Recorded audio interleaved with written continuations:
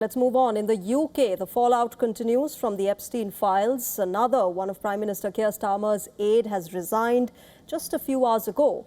And political rivals are now questioning the Labour leader's ability to lead the government of the country. Keir Starmer's Director of Communications, Tim Allen, has stepped down, saying, and I quote, "I have decided to stand down to allow a new number 10 team to be built. I wish the Prime Minister and his team every success." Now remember, this resignation comes in quick succession of Starmer's Chief of Staff, Morgan McSweeney, also resigning from his post. McSweeney took responsibility for advising the nomination of Peter Mandelson as UK's ambassador to the US. He said, and I quote, "When asked, I advised the Prime Minister to make that appointment and I take full responsibility for that advice." The domino effect comes just days after Mandelson returned to the spotlight over his personal connection with sex offender, the late Jeffrey Epstein. Starmer had apologized to Epstein's victims for, quote, "believing Peter Mandelson's lies." But the crisis is only intensifying for 10 Downing Street, and opposition Conservative Party leaders have turned up the heat on the British Prime Minister.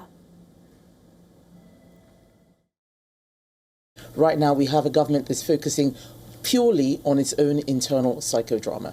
Enough of that. It is time for them to get a grip and start governing the country.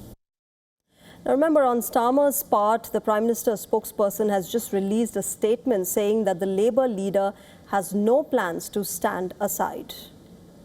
Last is full term. There's too much war going on inside the Labour Party, and I see too many people moving to different parties, especially with the rise of reform. I think it might be a difficult week for him, but I think he probably will survive, yeah.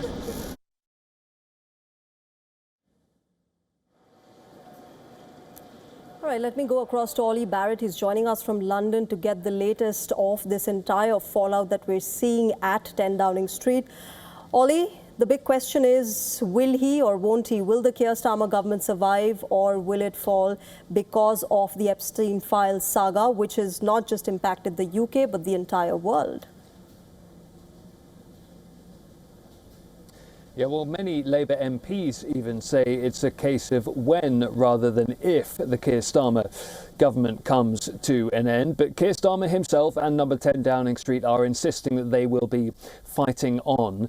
Just in the last few minutes, we've been hearing the leader of the Scottish Labour Party, Anna Sarwar, calling for Keir Starmer to go. And that is really the most senior Labour figure so far to come out in public and say that they think Keir Starmer should indeed resign. That said, it's also leading to backing from a series of Keir Starmer's cabinet colleagues, and there had been some eyebrows raised through the course of the day that we hadn't heard from more of Keir Starmer's cabinet ministers, and that was leading to growing speculation that perhaps Keir Starmer might be forced into a resignation sooner rather than later. But just in the last few moments, we've been hearing from Rachel Reeves, the finance minister, saying that with Keir as Prime Minister, we're turning the country round. We've heard from David Lammy, who is the Deputy Prime Minister. We've heard from the Attorney General as well. Later in the day, Keir Starmer will address the Labour MPs in the Parliamentary Labour Party in Westminster, and he will make the case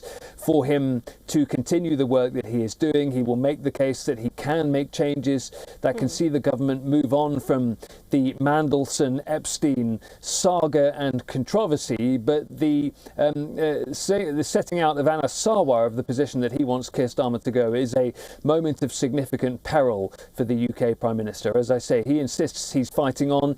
Downing Street say he is fighting on and won't be resigning today. They say he is in an upbeat, positive and confident mood. But as I say, even many Labour MPs at this point feel that it's a case of when, not if, that the Keir Starmer project comes to an end. We will have to wait and see. Things are moving very fast this afternoon here in London. Absolutely. It's going to be interesting to see and significant to see what Keir Starmer says today to his party MPs. Ollie Barrett, thanks very much for getting us the latest from UK.